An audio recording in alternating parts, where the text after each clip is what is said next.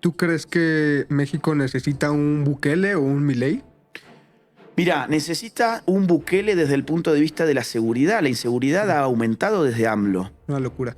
Hasta donde yo entiendo, el narcotráfico debe estar bastante contento con el presidente actual, que llama a darse abrazos en lugar de balazos.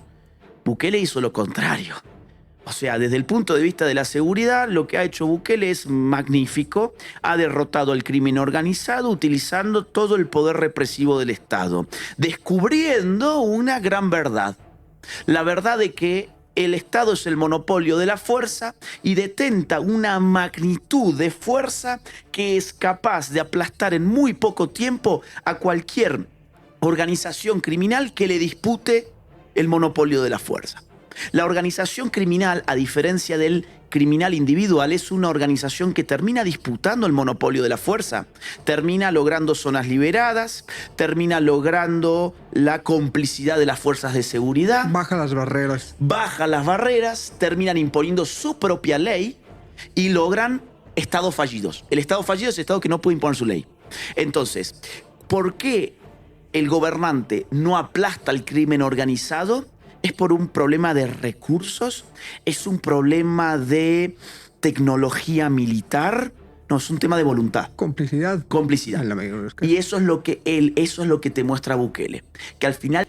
De hecho, eso es algo que la mayoría de salvadoreños lo saben. Que los gobiernos pasados estaban coludidos con la delincuencia. Utilizaban el poder de la delincuencia para ellos poder tener un control masivo, incluso en el aspecto de votos, que ya se sabe que hubieron partidos que utilizaron a las pandillas para obtener más votos. Entonces ahí el análisis que ha hecho Agustín, él le da el clavo, es exacto.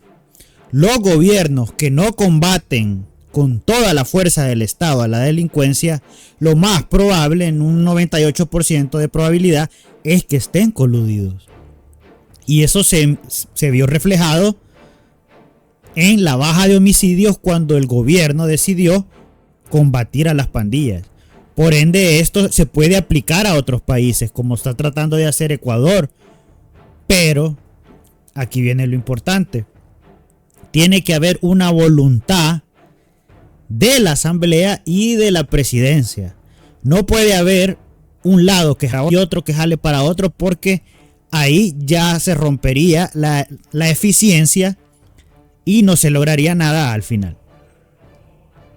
Era un tema de voluntad política, no es un tema de recursos, no es un tema de táctica, no es un tema de estrategia, es voluntad política. Cuando vos veas un gobernante que no puede exterminar al crimen organizado, es porque está frente a un gobernante que muy probablemente sea cómplice del crimen organizado. Por eso detestan tanto a Bukele, porque está mostrando la verdad en el campo de la seguridad. Y lo detestan en el nombre de los derechos humanos. Claro. Los derechos humanos de los que violentan derechos humanos. No. Acá hay que proteger en primer lugar los derechos humanos de las víctimas inocentes. Y hay que ir con toda la fuerza de la ley contra los violadores de los derechos humanos, los criminales organizados. Entonces, desde ese punto de vista, Bukele es un ejemplo. Además, es un ejemplo político porque tiene el 92,5% de la aceptación de su propio pueblo. Es el gobernante de América con mayor popularidad. O sea, es la democracia más perfecta de la región, porque la representación es la más plena de la región. Así de simple. Ahora, Milei. Y es bueno escucharlo de una persona tan analítica como es Agustín Laje. Una persona que ha viajado a la mayoría de países de Latinoamérica. Él ha ido y se ha dado cuenta de la situación en la que está cada país.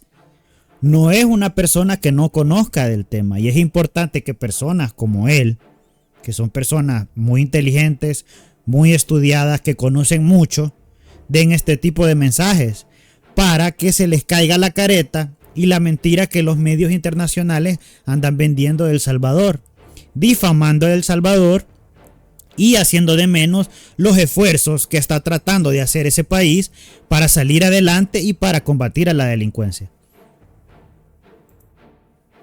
¿Por qué es un ejemplo para México? ¿Por qué podría ser un ejemplo para México?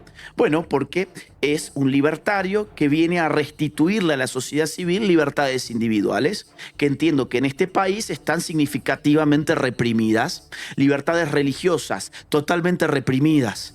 Hay sacerdotes que han sido procesados por sus homilías, que han sido perseguidos por la justicia por lo que dicen en sus propios templos.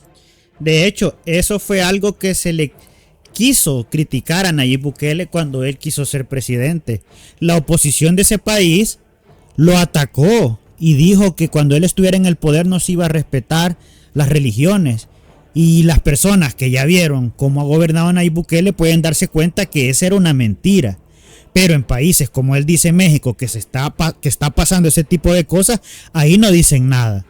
En países como el de Ortega, que ha atacado a la Iglesia Católica, ahí no dicen nada. Ven cómo a veces los medios internacionales mienten descaradamente, cubren a sus delincuentes y atacan al que está haciendo bien las cosas. Aquí se atenta contra la libertad de los padres de familia a escoger la educación de sus hijos. Mirá lo que son los textos del CEP. Es un espanto, yo los he leído. Tenés desde confusión sexual, confusión de la identidad de los niños, demonización del hombre. Por ejemplo, hay un ejercicio que dice, es un cuadro donde ponen tareas. Todas son tareas domésticas. Lavar los platos, cocinar, planchar, son todas tareas domésticas. Y el alumno tiene que poner quién es en su casa el que hace esa tarea. Entonces, ¿quién la hace siempre y quién nunca la hace? Tenés dos columnas, la hace siempre, no la hace nunca. ¿Para qué? Para que eso quede mamá, mamá, mamá, mamá, y la hace siempre, papá, papá, papá, papá, no lo hace nunca. Para meterle en la cabeza al niño, mamá es buena, papá es malo. Aquí hay una injusticia. Ahora me pregunto yo, ¿y por qué no ponen una serie de actividades que es el hombre el que la hace habitualmente? Claro. No sé, por ejemplo, cortar el pasto, arreglar las cosas de la casa que se han estropeado, claro, trabajar afuera de la casa la mayor parte del día, por ejemplo, claro, ¿no? O sea, ese tipo de actividades que son generalmente masculinas, ¿bien? Claro. No aparecen. A propósito no aparecen. Entonces hay una demonización del hombre, hay una fractura adrede de la familia, hay una politización de los lazos familiares, hay un feminismo radical, hay ideología de género a tope. Pero mientras... Y es por eso, y muy importante, que las personas en El Salvador estén vigilantes qué candidatos quieren meter agendas de género. Porque como lo dice el analista aquí, Agustín Laje, todo ese tipo de movimientos van dirigidos a erosionar la familia, la base familiar. Y ya nos dimos cuenta qué pasa cuando la base familiar es erosionada, en qué termina. Solo veamos el caso de las pandillas. Muchas pandillas se crearon por una erosión familiar causada por la guerra. Pero como ahora no pueden aplicar una guerra per se, pero sí pueden aplicar una ideología que destruya la familia. Entonces, los niños pequeños quedan vulnerables y quedan receptivos a cualquier cosa que los medios les quieran vender que está bien. Te venden ideología de género en esos mismos textos, pasas un par de páginas y vas a encontrar gigantografías del Che Guevara. Qué bueno que era el Che Guevara, cuando en verdad el Che Guevara creó campos de concentración para trabajos forzados de homosexuales en la península de Guanacabibes.